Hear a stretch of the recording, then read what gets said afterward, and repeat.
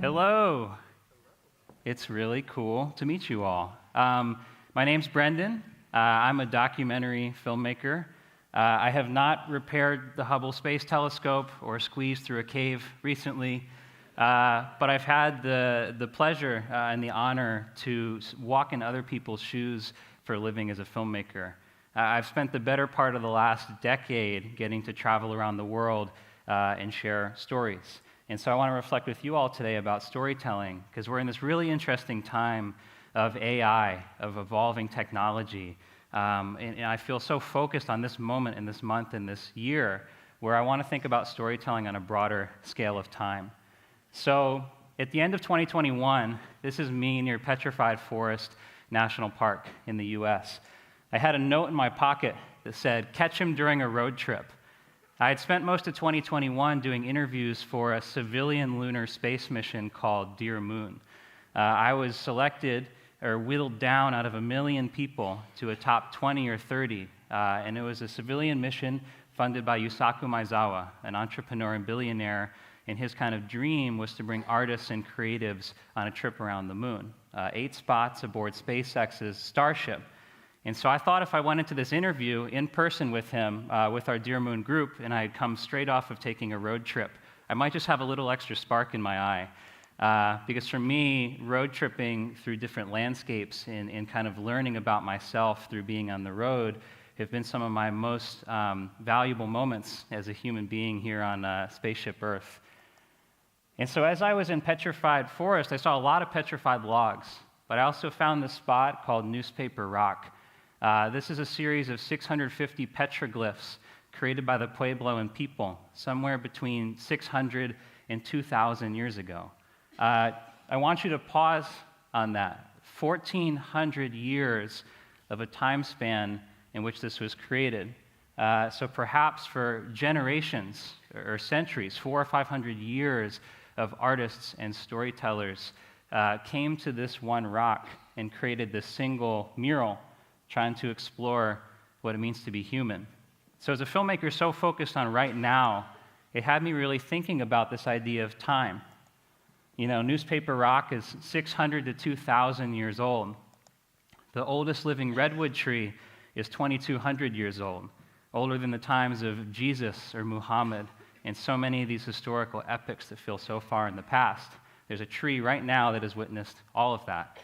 And fun fact, the tallest redwood tree is about the height of Starship with SpaceX. Dinosaur fossils, which I got to touch some last week at Dinosaur National Monument on another road trip, 150 million years old. And then the furthest we've seen through the James Webb Telescope to the kind of cosmic dawn, 13.6 billion years. I was 12 years old when I fell in love with filmmaking. I was a big nerd, and I still am, but I really loved the feeling of experiencing the world through a camera and trying to find meaning through that. I made narrative films and documentaries. I was into skateboarding, but I also really loved National Geographic and reading through this whole kind of era of Nat Geo magazines. And I loved this idea of exploration. As I first heard Richard Garriott say, for a long time we've been kind of chasing dragons off the edge of the earth, going to these far corners of the world to figure out more about ourselves and promote science and culture. And I really wanted to chase some dragons myself. But this was me. I can't even believe I put this in an Explorers Club presentation. But I really wanted to go and do this. I was so passionate. And the thing for me that really connected me to documentaries was this moment here. I was on the edge of the Grand Canyon for the first time, and it was lightning cracking through the Milky Way during the Perseid meteor shower. So there were shooting stars all the way through the sky. And for the first time in my camera viewfinder, I saw the Milky Way emerge even clearer than I could see it with my eyes. And I kind of pinned this night first to the first time I saw magic in nature, this thing that was so beyond belief and wonder that I couldn't even put it into words and barely even do justice capturing it. But also it really affected me that night made me want to make documentary films. I had stood on the edge of this canyon and seen this piece of magic in nature, and just that experience was enough to make me realize how profound we can be impacted if we're at the right place and the right time and have access to the experiences that might just change our lives. And so that kind of sent me this idea of human transformation through storytelling on a really long journey this past decade in some weird and interesting places around the world. This is Bill Nye the Science Guy on an ice sheet in Greenland, 200 miles from civilization. This is me and Nat Geo explorer Pete McBride taking a little canoe trip together. And a lot of what I've tried to do is this pursuit of wonder, taking experiences that are so beyond the words I could put to them and seeing if we could make you feel even a sliver of the same thing.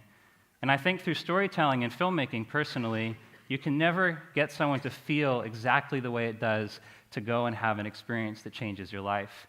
But you can either channel old memories or get them excited to create new ones.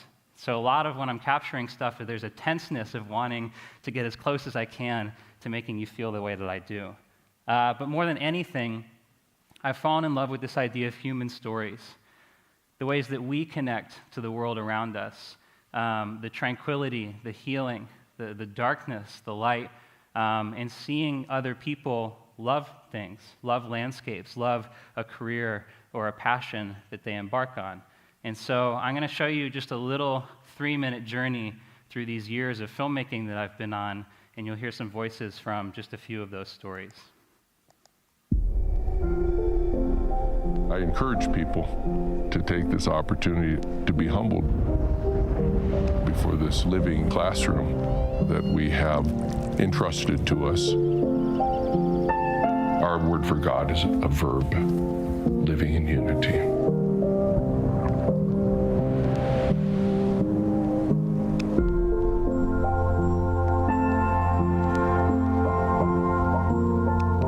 I don't know what it is about the redwoods. They're so old and they've seen so much and, survived so much. It makes me feel like I can survive. Fear just shouldn't inhibit you from doing beautiful things.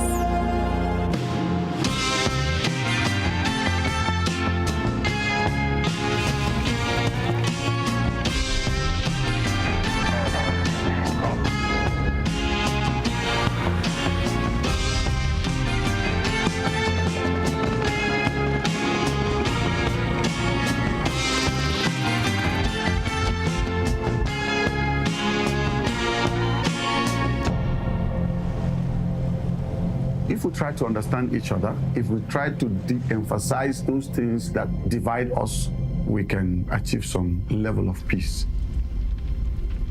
The thing about storytelling, you are the vehicle. A story is entrusting itself to you, and you don't know exactly what it is yet.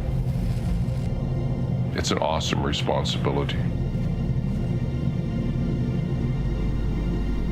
One could argue that without photography, there wouldn't have been national parks. I try to inspire people to visit those places so that they will care about them. You really have to push your art further and try to do something with lasting power. We have to be teachers. You have to be aware of protecting nature. It's just a part of us. When things are that big, it makes you just want to do the things you love.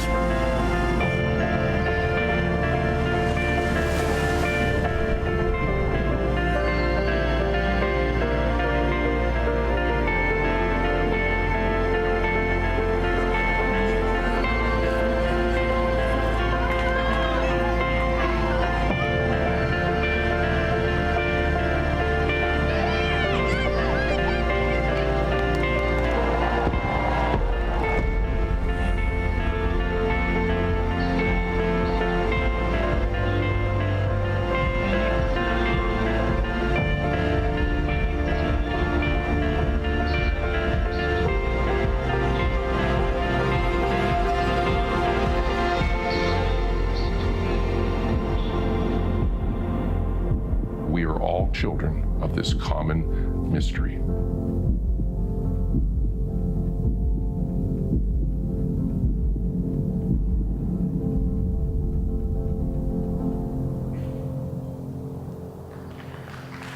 Thank you.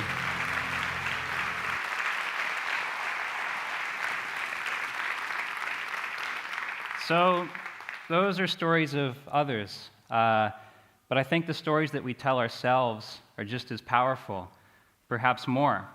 They can either take our best traits and amplify them, and even help manifest our dreams into reality, into careers that we've wanted for so long, or they can take our hidden superpowers and squash them away because we never gave them the room to grow.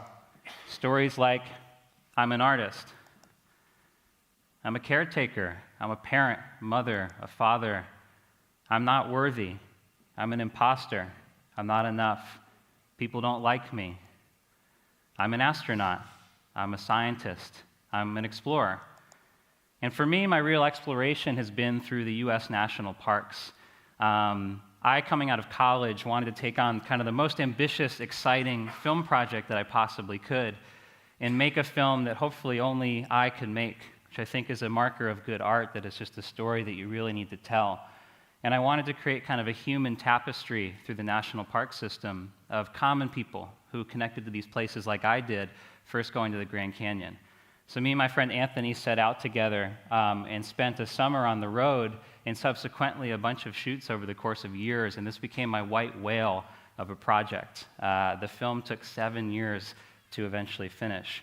But we met all these amazing people, which every time validated just how much wisdom is out there, even in the people that you least expect. People like Butterfly Girl, aka Liliana, who we met in Shenandoah National Park. Every bug we see, or butterfly, or snail, or animal is a chance to teach them about wildlife, about habitats. A river, you can talk about gravity. When we see the clouds wisping, we talked about the movement of air. And so there's a lesson in this entire place everywhere you look. I've been seeing butterflies all day. Oh my God, there were so much butterflies there. One brown one, like maybe 42 yellow ones. A lot of butterflies are sitting here in our country. Mommy, remember when Tio Carlos died? Well, tell them what the butterflies mean to you. My Tio Carlos died. He's in heaven. So the butterfly we saw on our vacation, my mom and dad might think that that's Tio Carlos. I couldn't stop crying. I love butterflies. They're kind of my thing.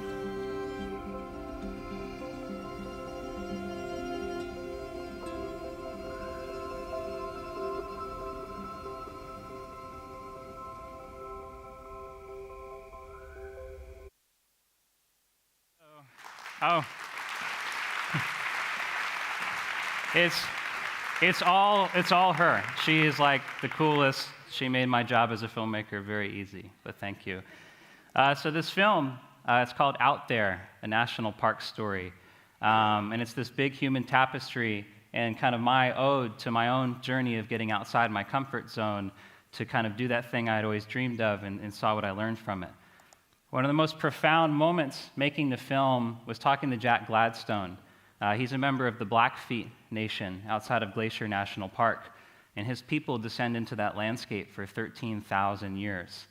And me and Anthony were out of college. We were 22 years old, and we really wanted to tell this story right. So we asked Jack, we said, should we put our egos aside to tell this story? And he told us that ego is an important part of who you are, so don't push it aside. But there's a difference between an enlightened ego and a diseased ego. We all have this light to give, this creativity, these stories, the output of our lives to others. And a diseased ego, you feel that that light comes from you. In an enlightened ego, you feel like that light comes through you. And so I was just beginning to understand as a storyteller what that really meant. And it was kind of a seed planted that soaked in over time.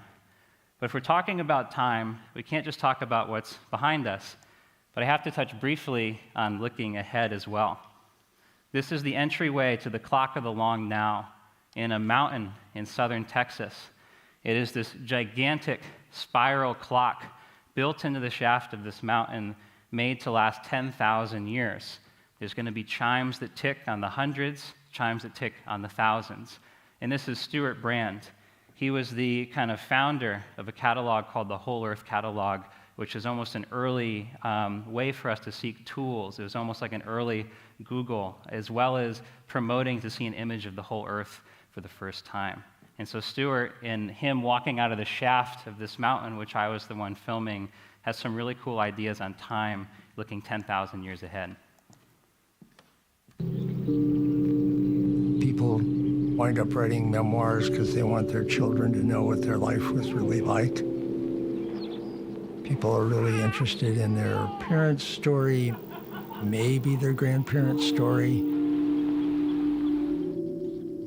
Generations is a good way to think, but let's go way longer than that.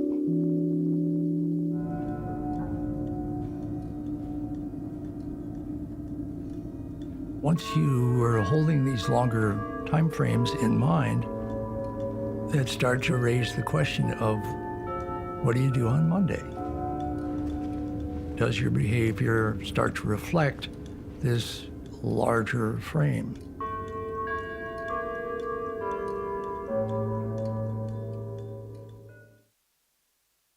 And so, oh, stop. You guys are so nice.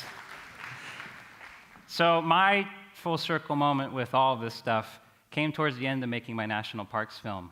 I thought it was going to take a single summer, and I still had this deep idea of wanting to be an explorer in the sense of going farther and pushing harder and meeting more people and going to more places.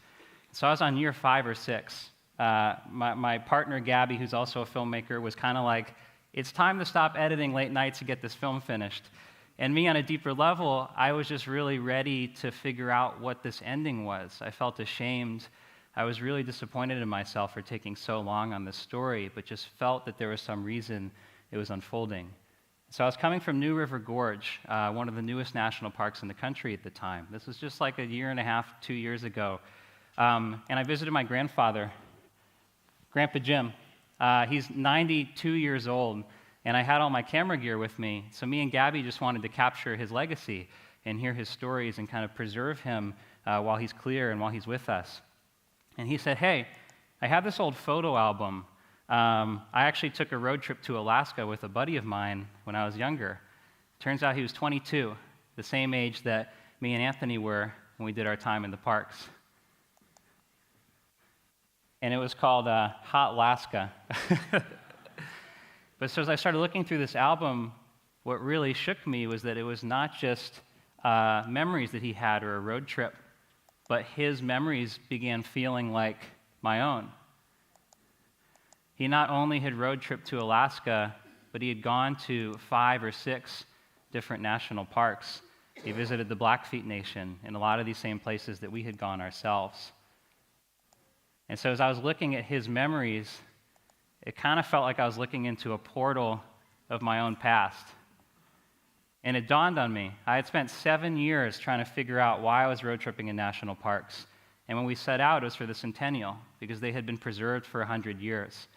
And it wasn't until I had gone way too far and way too wide that the answer I was looking for was in my grandfather's living room, that the reason we preserve these places is to pass them through.